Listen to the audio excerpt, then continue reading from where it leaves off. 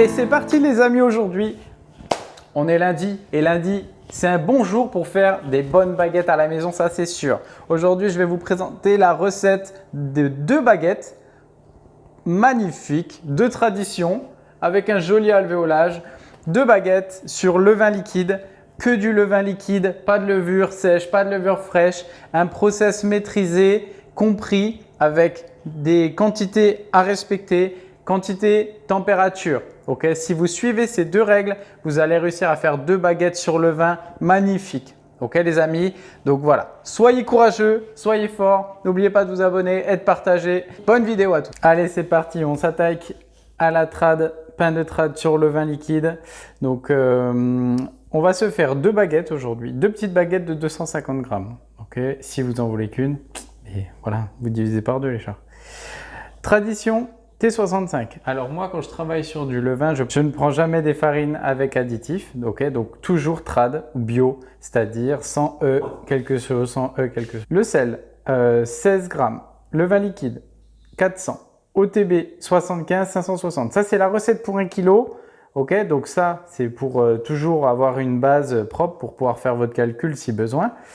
Et nous, ce qu'on va peser, c'est ça. 250 grammes de T65, 4 grammes de sel, 100 grammes de levain, 140 grammes d'eau. Tout est en grammes, hein, il n'y a pas de centilitres ni quoi que ce soit. Tout est en grammes, comme ça, c'est plus facile.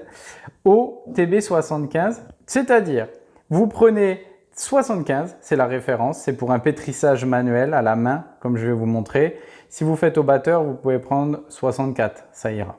Vous prenez ce chiffre de référence, vous enlevez la température de la pièce, vous enlevez la température de votre farine et vous obtenez la température de l'eau. Donc ça va être 30, 32, 34. Là, c'est 32 degrés. Si vous faites ça bien, c'est pour avoir un environnement de qualité et à bonne température pour le développement de votre levain. Si vous attaquez à des pains sur levain, c'est des choses qui sont assez costauds, ok? Parce que les levains sont tous différents. Et chaque levain est bien particulier, donc il faut le dompter, ce petit levain. Ok, donc je fais tout ça, j'ai tout mis et je prépare mon pétrissage. J'attaque mon phrasage pendant 3-4 minutes, mélange primaire des ingrédients. Comme chaque farine est bien différente, n'oubliez pas, si vous avez besoin de rajouter de l'eau, le terme ça s'appelle bassiner. Si vous avez besoin de bassiner, ça se passe au début. Là, du pétrissage, vous regardez la consistance en fonction de l'hydratation de votre levain, des conditions atmosphériques, etc. Vous devrez rajouter plus ou moins d'eau. Ce n'est pas un souci. Okay. Ce qui est plus délicat, c'est si c'est trop doux, s'il y a trop d'eau, rajouter de la farine.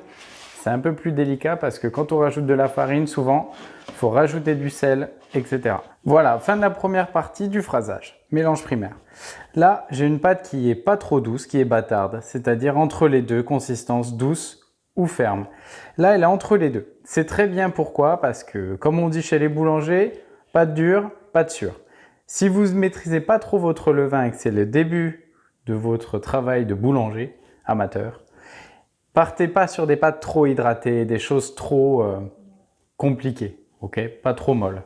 On dit pas molle, on dit douce, mais bon, ça fait plaisir à ma femme.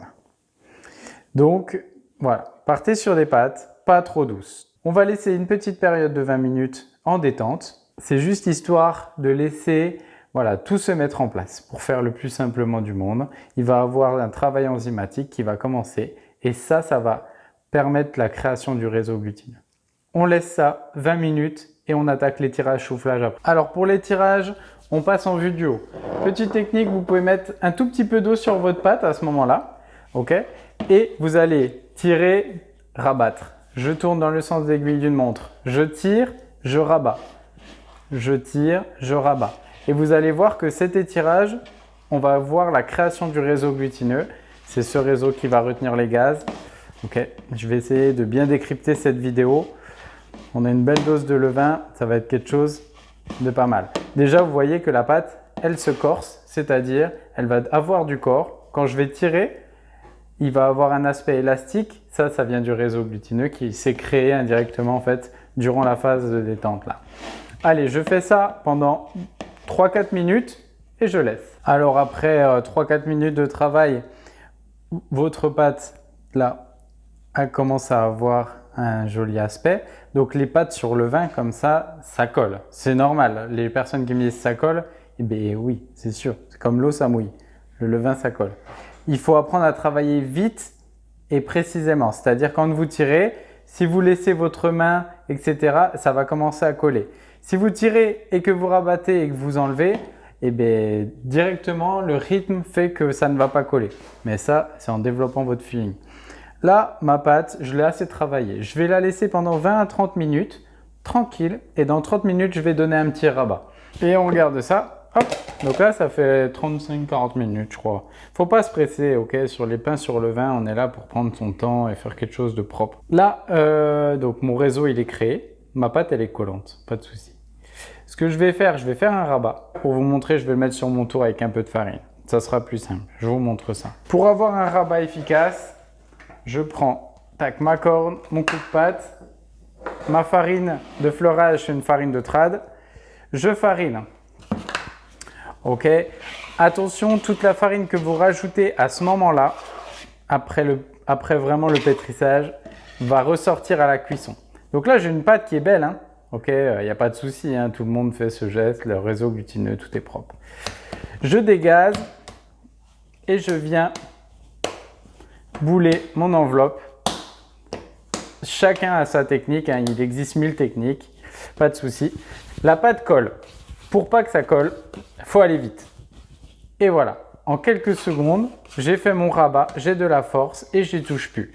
Je replace dans mon bac, pam, et là, je vais repartir pour un pointage à température ambiante, là au moins pendant 3 heures. Je vais laisser démarrer ma fermentation. Il est 20 heures. À 23 heures, on va regarder. Faire du pain, ça prend du temps. C'est ça qui est intéressant. Là, après 3 heures à température ambiante, on voit que ça a bien poussé. Je vais mettre ça au froid jusqu'à demain matin 8 heures. Donc, ça va faire 8 heures à 4 degrés. Ok, je donne pas de rabat. Là, je vais garder... je remettrai de la force demain matin au moment du boulage. Et c'est l'heure de rentrer. Les petits levains aussi qui ont été rafraîchis dans l'après-midi, tout actif. Là, c'est pas... Si vous souhaitez, vous pouvez mettre le levain au frais. Et là, il peut être conservé au moins 2 jours. Là, s'il a bien été rafraîchi et qu'il a cette forme-là. Et on se retrouve le matin. Donc, le geste numéro 1 en se levant. On sort notre pain et on prend la température. Donc vous avez vu là, ça n'a pas diminué de volume ni continué à pousser, c'est normal, on a bloqué la fermentation, on a bloqué les levains, les bactéries, etc. par le froid. Ok, donc la pâte elle est à 9 degrés on va dire. On va la laisser revenir le temps qu'il faut à température ambiante pour qu'elle atteigne, on va dire, dans les 17 degrés. Et allez les amis, on y retourne. Alors, comment est ma pâte? Donc là, elle est à peu près à 17 degrés. On voit une bulle de fermentation qui est retenue par les gaz. Du coup, là, c'est très bon signe. Pourquoi? Ça veut dire que notre levain marche et est en forme et les gaz sont retenus par le réseau glutineux. 2 signes parfaits. Les pains sur levain, c'est beaucoup de pointage, très peu d'après. Avant même de démarrer ma division et mon façonnage, je sais que je vais avoir un court temps d'après. Du coup, je peux faire chauffer mon four. Moi, j'ai déjà lancé la préchauffe de mon four à 250. Avec les briques, tout ça, il y a besoin d'au moins 40 minutes pour que ça chauffe bien. Et là, l'après, ça va durer environ 40 minutes. Donc, plus c'est chaud, mieux ça sera. On attaque la division, je divise en 2 et je fais 2 mises en forme pour mes baguettes. Donc, si vous avez bien fait la recette et que les farines, ça convenait, etc., vous avez 2 pains de 240. Donc, j'ai fait des petites baguettes. Je ne vais pas faire des longues baguettes. De toute façon, ça ne tiendrait pas dans mon four. Pour ma mise en forme, je peux fariner. Je pars sur une base de rectangle. Ok ? Je vais dégazer mais sans plus. Je fais un premier rabat dans ce sens. Je rabats un peu les extérieurs et un deuxième rabat dans le même sens. Ok? Et surtout, je ne gagne pas trop en longueur. Ça, c'est ma mise en forme. Je fais mes 2 comme ça. Voilà. Une fois que mes 2 baguettes sont mises en forme, je prépare un chiffon propre. Ok, style un tablier que je vais préparer pour mon façonnage pour pouvoir mettre mes baguettes après l'avoir façonné. Donc j'ai préparé mon petit torchon sur lequel je vais déposer mes baguettes une fois façonnées. Mes baguettes sont finies de détendre, là ça fait 10 minutes. Mon four est en train de préchauffer et je vous rappelle là je vais essayer de faire un petit test. Je vais cuire une baguette sur mes pierres habituelles et une autre baguette en même temps. Donc j'espère que le four va être assez costaud et assez puissant. Une autre baguette sur une plaque avec une feuille. pour voir la différence de pouce. Ok, et ça, parce que je sais que tout le monde n'a pas de pierre. On passe au façonnage, c'est parti. Je prends ma première baguette. Vous avez vu, je travaille beaucoup en déplaçant avec mes coupe-pattes. Je farine et je tourne ma baguette. Avec mes mains à plat, je vais dégazer ma baguette. Je tape pas trop fort, je tape avec mes doigts. Ensuite, je vais faire un premier rabat et je vais travailler beaucoup avec mes doigts, moi. Ensuite, je vais le tourner. Donc, le côté que je viens de faire, il est dessous. Je refais exactement la même. Donc, ma main gauche, elle me sert à venir donner la force et ma main droite à souder. Et une dernière fois, donc là, je ne bouge plus et je ferme le haut au bas. Donc, ma main gauche vient donner la force et ma main droite vient façonner. Retrouvez ce geste sur la vidéo sur le façonnage, bien détaillé encore plus.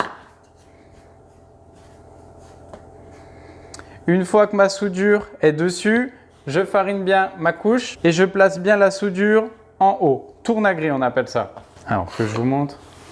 Voilà, ma baguette est posée sur une couche à l'envers. C'est un chiffon, hein, c'est pas une couche. Et je vais mettre mes deux l'une à côté de l'autre. Donc je vous remonte. Là, je farine un petit peu en préparant mon après. Bien déposé sur ma couche. Mes baguettes, elles sont collées. Elles sont séparées d'un trait comme en boulangerie pour pas que ça colle. Okay. Et là, ça va partir pendant 45 minutes à température ambiante. Grand maximum, dans 45 minutes, on doit être en train d'enfourner. Et cette phase s'appelle l'après. Allez les amis, on y va. On attaque la mise au four. 45 minutes d'après, c'est parti. J'ai préparé deux petits bouts de papier cuisson. Ça, c'est pour déplacer mes baguettes sans avoir à les toucher. Je prends ma baguette qui est là. Je mets mon papier cuisson juste à côté, ok, vraiment le long. Et je déplace ma baguette délicatement sans mettre de traces de doigts. Ok, donc ma baguette, elle se tient encore, c'est normal, il faut un peu de force avant d'être mis au four. Je fais pareil pour l'autre. Voilà, une fois que j'ai mes deux baguettes qui sont là sur les... Donc je répète, il y en aura une sur la pierre et l'autre que je vais mettre sur la plaque, sans pierre. Pour ma scarif, bon, j'ai un porte-lame, mais on peut prendre une lame sans rien, il n'y a pas de problème. On va faire un coup de lame tout le long, ça sera le plus facile pour avoir une baguette type tradition simple. Donc la lame, ce qui compte, c'est de bien l'avoir à plat vers le pain, ok, ne pas la tenir trop droite pour que mon coup de lame s'ouvre. Ça, vous pouvez le voir sur les vidéos sur la mise au four. Donc je vais de gauche à droite, un trait simple et rapide. Et je passe à la mise au four. Donc regardez la mise au four sur le pain, la cuisson à la maison.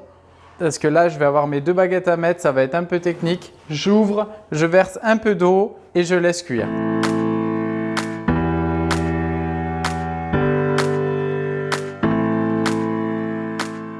Que je vous montre un petit peu le montage, donc c'est ça le montage. Waouh! Donc là, j'ai ma baguette qui a cuit sur plaque, hop, qui est mignonne. J'ai mes baguettes qui ont cuit en bas sur la sole et on va pouvoir comparer ça. Les deux sont pas mal, hein. Ok, je vais les laisser sécher un petit peu, 10 minutes là. Donc ce que je peux faire, c'est baisser ma température une fois que ma coloration est belle. Je baisse ma température à 200. Ok, je peux la laisser tomber. Et ensuite, hop, je laisse sécher pendant 10 minutes. Donc là, ça fait à peu près 22 minutes. Je diminue. Au niveau de la chaleur, c'est ça que j'ai mis. Au bas plus ventilé. Je mets tout le temps ça, moi. Au moins, je la connais, cette chaleur, et je sais que ça envoie pas mal. À la sortie du four, surtout, je laisse bien mon produit sur grille pour l'étape qu'on appelle le ressuage. Ok, la fin de l'évaporation de l'eau, là, pour pas que l'eau qui va essayer de s'échapper soit retenue dans le produit. Donc sur grille, 45 minutes. Elles sont mignonnes quand même pour des petites baguettes à la maison. Mon ressuage est terminé, donc ça fait 45 minutes. C'est très important de bien laisser refroidir, surtout avant d'ouvrir une baguette. À gauche, j'ai laissé le papier. Ça, c'est la baguette qui a été cuite sur la plaque de cuisson. Et à droite, sur les pierres, dans le même four en même temps. Donc on voit que ça a quand même pas mal craché, hein. Les deux baguettes sont mignonnes, hein. C'est des belles baguettes, voilà. Après, à vous de voir si vous voulez faire des baguettes à la maison. Ça prend du temps, ça consomme de l'énergie au niveau du four, etc. pour, si on n'en fait qu'une, 250 grammes de plaisir les amis. Donc voilà, si à la fin du confinement, je pense que vous retournerez chez votre petit boulanger préféré, tout beau, tout mignon. Donc les amis, voilà ça, c'est l'aspect extérieur. Donc c'est mignon, c'est bien fait. Je vais ouvrir une des deux baguettes, je vais ouvrir les deux même. Une petite partie pour qu'on voit l'alvéolage. Et voilà, donc à gauche, j'ai ma baguette qui est cuite sur la plaque et à droite sur pierre. Bon, il y a peut-être un tout petit peu plus d'alvéolage, il est peut-être un peu plus prononcé qu'à gauche. Ok, ça ment pas. Je les ai cuits en même temps avec le même process, etc. C'est normal. Le rayonnement des pierres, c'est-à-dire la chaleur emmagasinée au moment de la pose de la baguette qui doit être aux alentours de 20-21 degrés en pâte, ça provoque un choc et du coup, ça développe encore plus cet alvéolage. Là, c'est un peu plus serré, mais c'est raisonnable pour une baguette à la maison. Donc voilà les amis, vous allez pouvoir créer vos petites baguettes pour déguster. Là, les tartines vont être, je pense, consommées dans la demi-heure. Merci beaucoup les amis. Surtout, j'espère que cette vidéo vous a plu. N'oubliez pas de vous abonner et de partager à vos amis. Allez, à bientôt sur Boulangerie Papa les amis.